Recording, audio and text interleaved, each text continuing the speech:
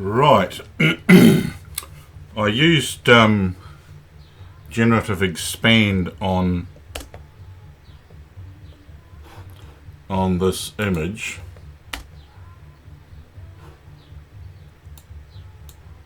to go from what you can see there to, well, actually to that. And as we all know, there are resolution issues. As you can see here, this is nowhere near the resolution it should be compared to here. If I go back a step, where are we? See, up. See, that's the edge of the original there, and that's the edge of the original there. So that is the proper resolution. It should be down here.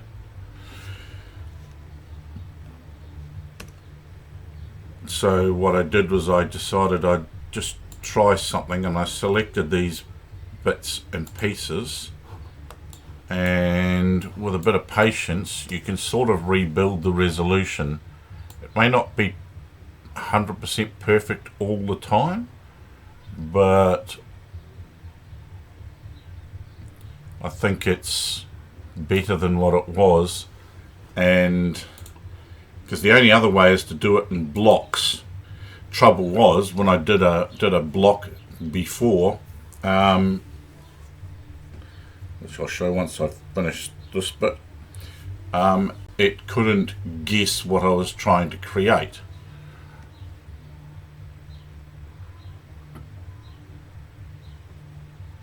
See, it's not perfect, but see that bit's nah. That or that. Prefer that. Because what I did before, when you do it the other way that's suggested, which is to select a piece like that,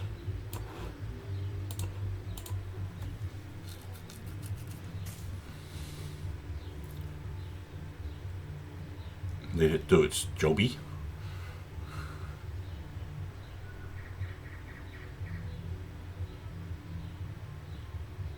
It gets it completely wrong. While that looks nice, and I could work my way around completely replacing the look of this with this, which I quite like, it's not what it actually was. So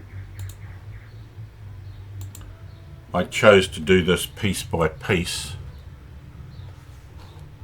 going around the edge using Content Aware fill.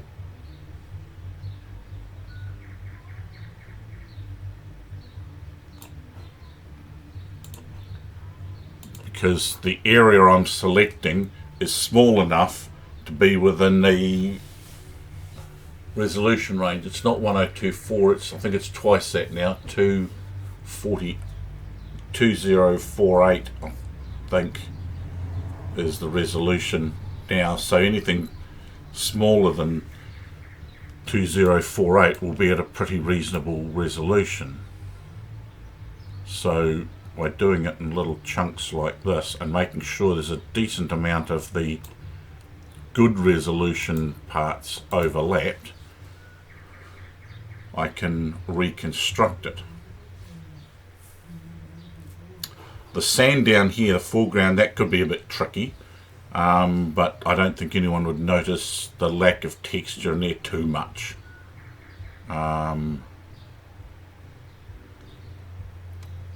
Because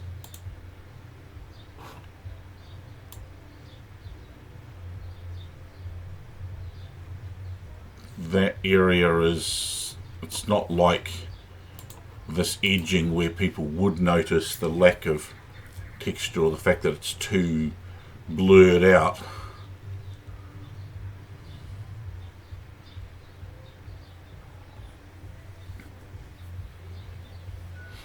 But I'll try, there's some trees up in the corner, I'll try it. One of the most noticeable parts is when you've got leaves. That's what I found. So if we go over here,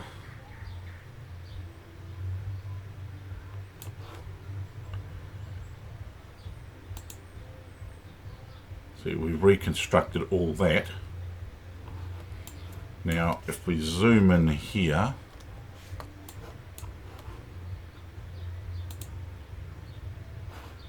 you can see the edge there. It's even gone over the edge of it. It's made this a lot more blurry than what's next to it. So my thought was, and you can see when I turn that on and off on the edge of the picture. So what if I, instead of doing it, do it in pieces? We'll start with that, see what it does with the bowl or planter, and down here, go past here so that it can see the edge there,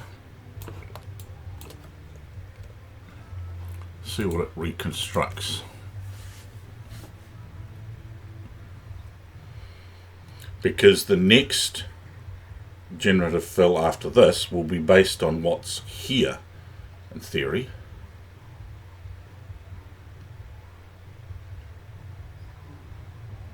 It's a long process, long-winded way to do it. See, and that's, when you turn that on and off, it matches reasonably what was there. So yes, it might get a bit tricky trying to reconstruct what the shape of this tree is, but if I imagine there's the shape of the tree there in this planter, so if I go out in a similar shape,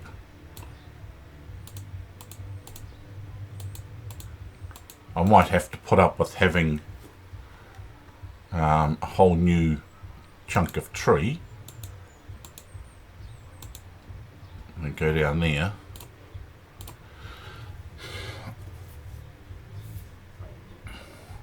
Because generative expand is really good if you haven't got detailed edges.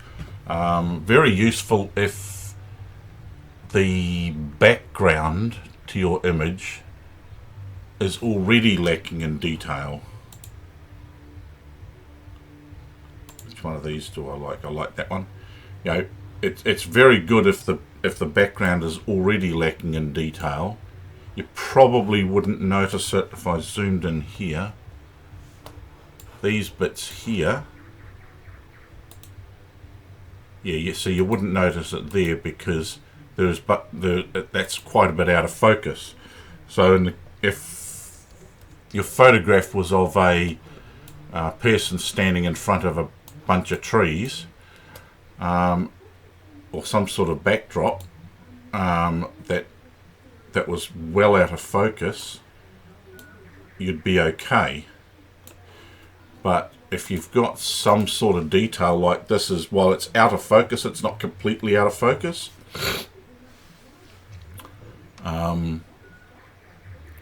It's in focus just enough that you can see the missing detail.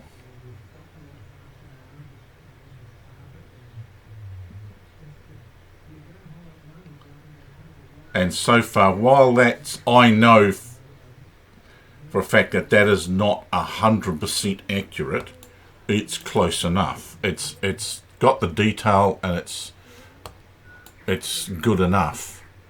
And as far as this down here, it's then just a case of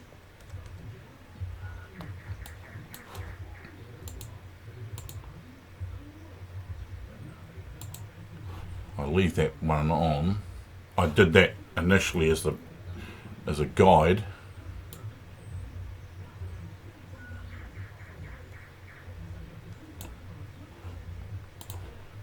Let's see how it does there. It's like most of this AI stuff. it will work for some things, but it won't work for others. So this might not be the perfect example to use it on. But see, it did that okay. I prefer, I sort of prefer that one more. And I can come in here and do each of these pieces here. Where are we? So turn that off a bit so I can select the bit I want. Turn the backdrop back on, background back on. So there are basically three ways to do this, depending, and this is where you have to assess the image itself. If the edges are far enough in the background that they're out of focus, then not too big an issue. If they are in focus to some degree, even a little bit, like these bits of hedge down here that were here, then you may have to use this technique. See now, I could, because I don't need the detail in here, I could do this whole piece in one hit probably and get away with it, because while that's a big area, lower resolution there is not going to be an issue.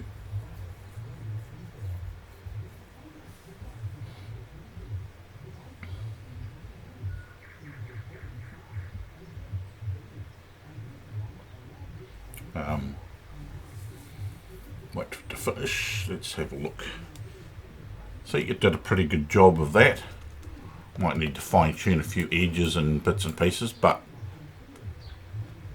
you can't tell any drop in resolution, because the resolution over here is pretty much the same as over here because of the lack of focus.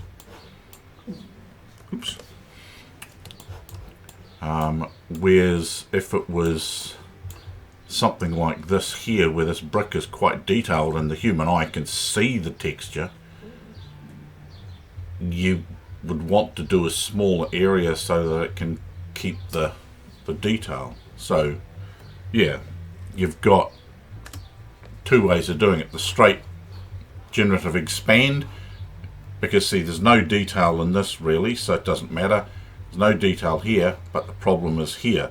So you could combine the two. You do your generative expand to give me that, then go over it, and for the bits that need to be done differently,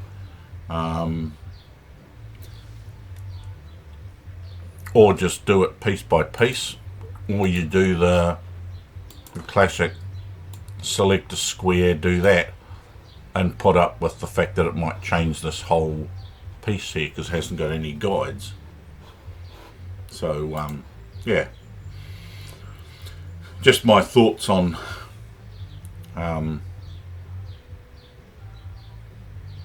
using generative expand when the resolution isn't anywhere near that of the actual original photograph. Obviously, if you're talking a low resolution cell phone pic, that wouldn't probably be an issue. But when the resolution of your raw photograph is probably 4 or 5 times that of what the generative AI does, you need to break it down into small pieces, and in some cases it gets it completely wrong doing it in square chunks like a lot of people suggest, which is fine, but and that lack of resolution is okay in areas where there is no focus, but in areas like this here it's probably better to do it in little pieces like this, where you're selecting the bits and letting it create them piece by piece. And I just keep going out here, and if I don't like it recreating a hedge here, then I can remove that as well. because obviously there wasn't one there, but by the time I come in here, and you can see the lack of focus, it's got that as completely out of focus here, while this is in focus to some degree. So why not come down here? Keep in mind that's just this layer here.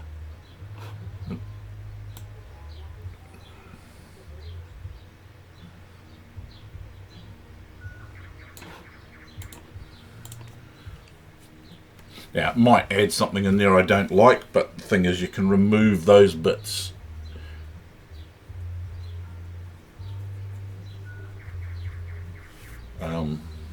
As you like. Be interesting to see what it does with this one, because it's now got a little bit more information. It might be able to it's not a, see, that's not a bad option, because that's ugly, that's relatively ugly, but that one there is relatively close to reality, because anyone that has been to this place and has seen it would not be surprised to see this. But if one decides, because it does have these little islands like this, and there is one just off camera. Actually no, it probably would be almost on camera, but if you decided you didn't want it, of course it's just a simple case of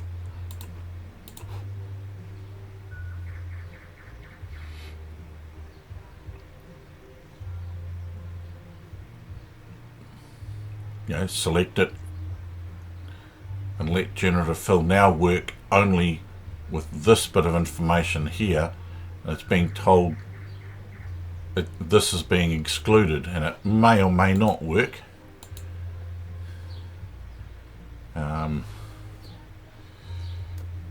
It might be picking up too much from the layers. Let's see how it goes this time.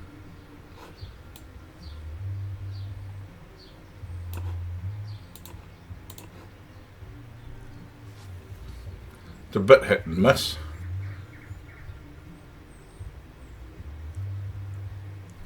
Because it's making the assumption that there should be something there, and I'm trying to tell it it shouldn't be.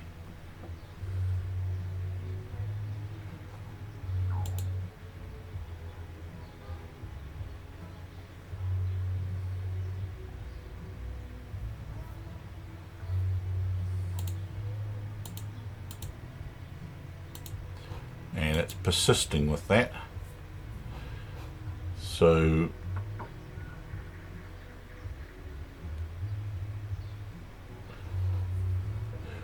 what I would probably do next is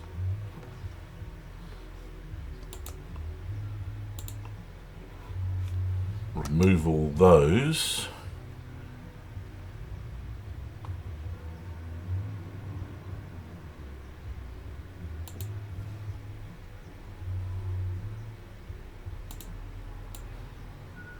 I probably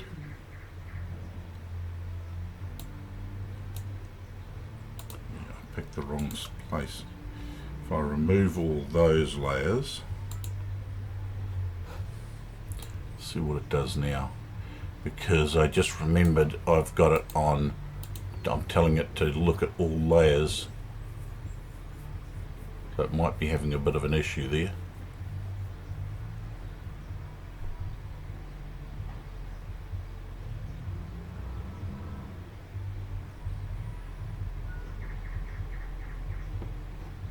No, it's still going to persist with that.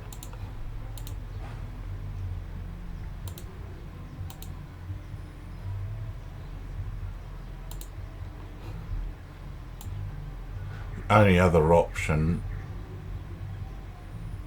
might be picking up this bit of shadow down here that it created, because the only other option would be to delete it completely and see what it does.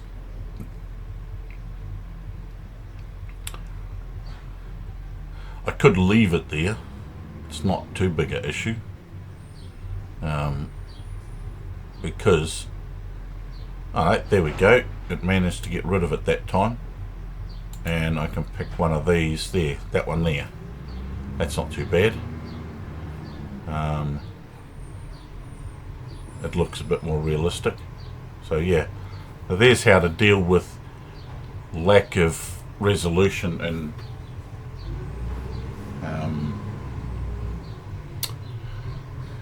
generative expand. You can break it down into little squares and areas that are quite simple, but in complex areas you may want to do it piece by piece, like I just did with the selection brush. So yeah, anyway, that's it. If you like my occasional random tips, subscribe to my channel, because I will be doing more at some point. They'll just be relatively random.